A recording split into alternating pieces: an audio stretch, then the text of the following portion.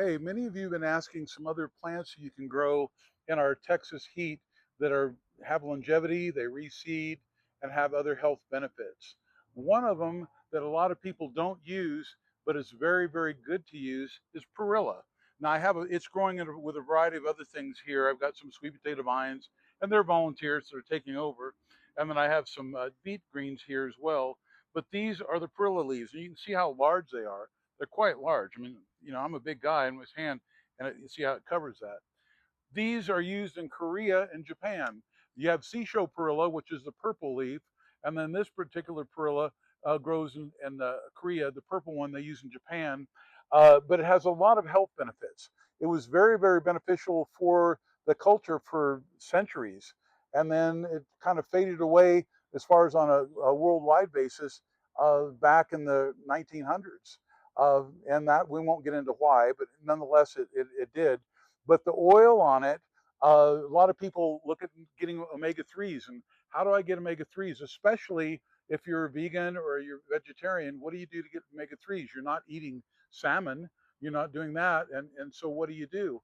Well, one thing that works really well is Perilla. Flaxseed oil, a lot of people do flaxseed oil because it's high in omega 3s, but Perilla is actually higher in omega 3s than flaxseed oil is.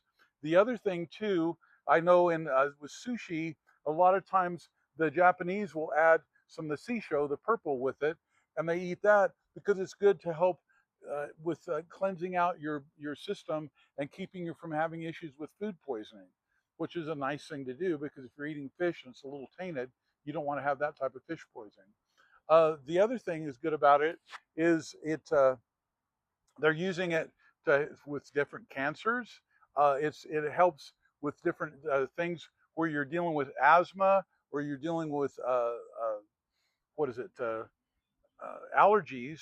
It helps with the phlegm response and clearing yourself up that way. It helps to purify and work on your blood. It's a wonderful plant, and it's tasty. If you're using a like a Korean barbecue, which is a strong using a meat base, and you're doing with a strong seasoning, you take a perilla leaf like this, and you take a little bit of rice, and then maybe put a little meat if you're doing the meat or vegetables, and you eat it like a wrap, just like you would a lettuce wrap.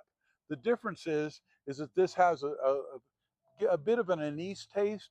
Don't think it's heavy licorice, but a little bit of that. So as a result of that, it really cuts through the heavy flavor of the meat and adds a different dimension to your food. And it's quite good. Koreans particularly love this. The other thing they'll do